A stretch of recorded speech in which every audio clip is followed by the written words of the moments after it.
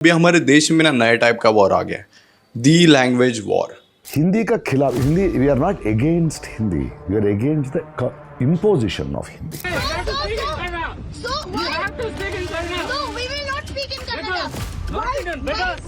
And they are not, and they are staying there for years. Kannada नहीं सीखना है उनको। ये आदमी उसका बैंक अकाउंट है, जा रहा है, पूछ रहा है, तो हिंदी में बात करो, नहीं आ रहा है।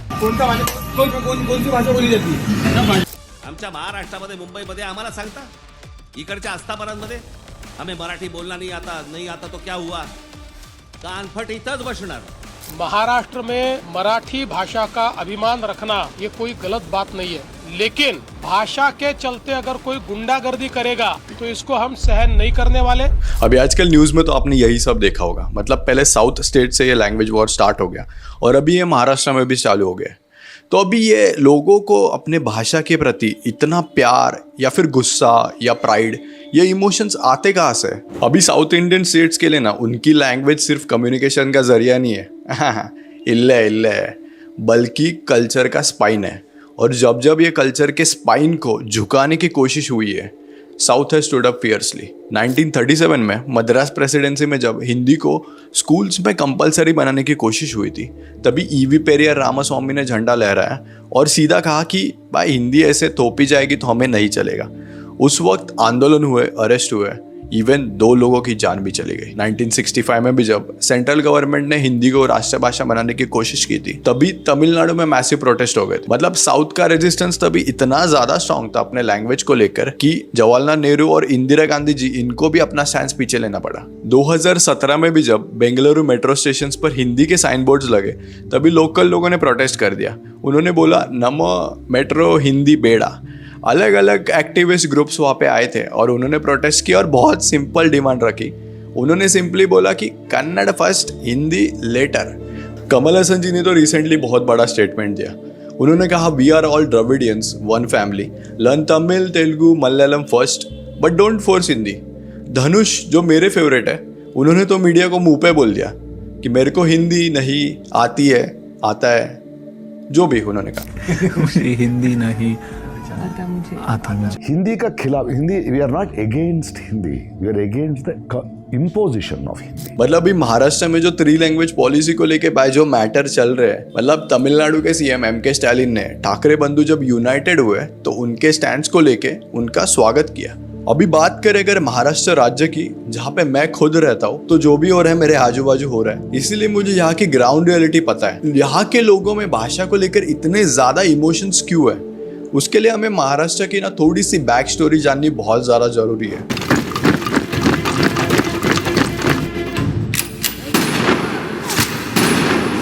महाराष्ट्र ना सिर्फ एक स्टेट नहीं है, ये एक जज्बा है, एक लड़ाई का नतीजा है। और उस लड़ाई का नाम था संयुक्त महाराष्ट्र मूवमेंट। 1956 से लेकर 1960 तक महाराष्ट्र के लोगों ने एक यूनाइटेड फ्रंट बनाया, एक ऐसा स्टेट जिसमें मराठी अस्मिता, मराठी भाषा, मराठी संस्कृति को एक सेंट्रल इंपॉर्टेंस मिले। और ये सिर्फ एक रीजनल डिमांड नहीं थी, बल्कि एक इमोशनल रेवोल्यूशन था। ये पूरे रिवॉल्यूशन का मोटिव क्या था? बहुत ही सिंपल था, मराठी भाषा पर आधारित महाराष्ट्र राज्य की मांग। और सबसे ज़्यादा इम्पॉर्टेंट, मुंबई जो है वो महाराष्ट्र का हिस्सा रहेगी। भारत को इंडिपेंडेंस मिलने के बाद कंट्री में एक मेजर डिस्कशन स्टार्ट हुआ कि भाई स्टेट के जो बाउंड्रीज है उसको डिफरेंशिएट कैसे करेंगे। तो उसका कंक्लूजन ये था कि state should be recognised on the linguistic basis. पर बात जब बॉम्बे की आई, जिसमें गुजरात भी था, महाराष्ट्र भी था, तब मराठी लोगों ने क्लियर कह दिया कि भाई हमारी भाषा अलग है, हमारी संस्कृति अलग है, तो पहचान भी हमें अलग ही चाहिए। और इसी मांग के लिए शुरू हुई संयुक्त महाराष्ट्र मूवमेंट। और इसमें बड़े बड़े नेता भी शामिल थे, जैसे आचार्य आत्रे, SM जोशी, केशवराव झेदे, नाना पाटिल, KC देशमुख, प्रबोधनकार ठाकरे।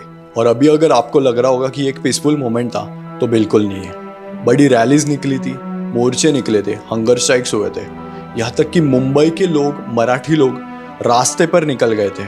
और सबसे दर्दनाक बात, 105 लोग शहीद हुए, उनके खून से महाराष्ट्र का नाम लिखा गया और आज भी उन्हें हुतात्मा करके याद किया जाता है, मतलब महाराष्ट्र के वीर शहीद। फिर आया वो दिन 1 मई 1960 जब महाराष्ट्र ऑफिशियली बना। मुंबई भी महाराष्ट्र का हिस्सा था।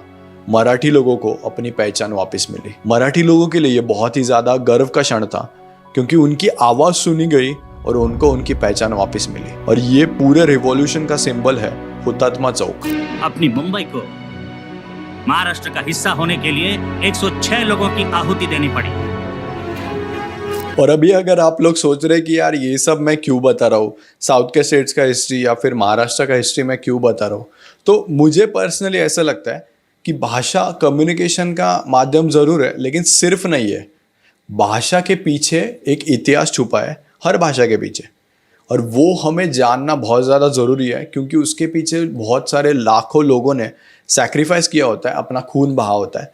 तो हमें उसका एहसास और जानकारी दोनों ज़रूरी है। कट्टू आते हैं हम आज की महाराष्ट्र की स्थिति पे। 16 अप्रैल 2025 स्टेट गवर्नमेंट ने बोला चलो भाई आज कुछ तूफानी करते हैं, और उन्होंने एक GR रिलीज कर दिया जिसमें उन्होंने बोला कि Hindi will B compulsory subject from class 1st to 5th students. तो इसका जस्टिफिकेशन ये दिया उन्होंने कि NEP जो है नेशनल एजुकेशन पॉलिसी, उनको 3 लैंग्वेज फॉर्मूला को इनिशिएट करना था। तो स्टूडेंट्स तो हैंग हो ही गए, लेकिन जो लोकल लोग हैं उन्हें ये डिसीजन पसंद नहीं आया। उन्होंने सीधा बोल दिया कि भाई ये हमें नहीं चलेगा, ये काइंड ऑफ हिंदी इम्पोजिशन है हम पे, so we are not fine with it. 17 June 2025 damage control करने के लिए फिर स्टेट गवर्नमेंट ने बोला कि Hindi will be the general 3rd language, but अगर क्लास में 20 से ज़्यादा बच्चे हैं और उन्हें कोई और इंडियन लैंग्वेज चूज करना है तो वो कर सकते हैं। इवन देन लोग बोले कि भाई फिर भी हमको ये सब नहीं चलेगा, हमें नहीं चाहिए भाई हिंदी। फिर 29 जून को फडणवीस जी बोले कि बाबा जाओ दे आता जय महाराष्ट्र, ये दोनों GR रद्द कर दो। और फिर 1 जुलाई को दोनों GR को रद्द कर दिया गया, रेजोल्यूशन कैंसिल कर दिया गया। बट ये पूरे लैंग्वेज क्राइसिस में देवेंद्र फडणवीस जी ने एक बहुत बड़ा प्लेटफॉर्म दे दिया कमबैक के लिए। गेस करो किसे?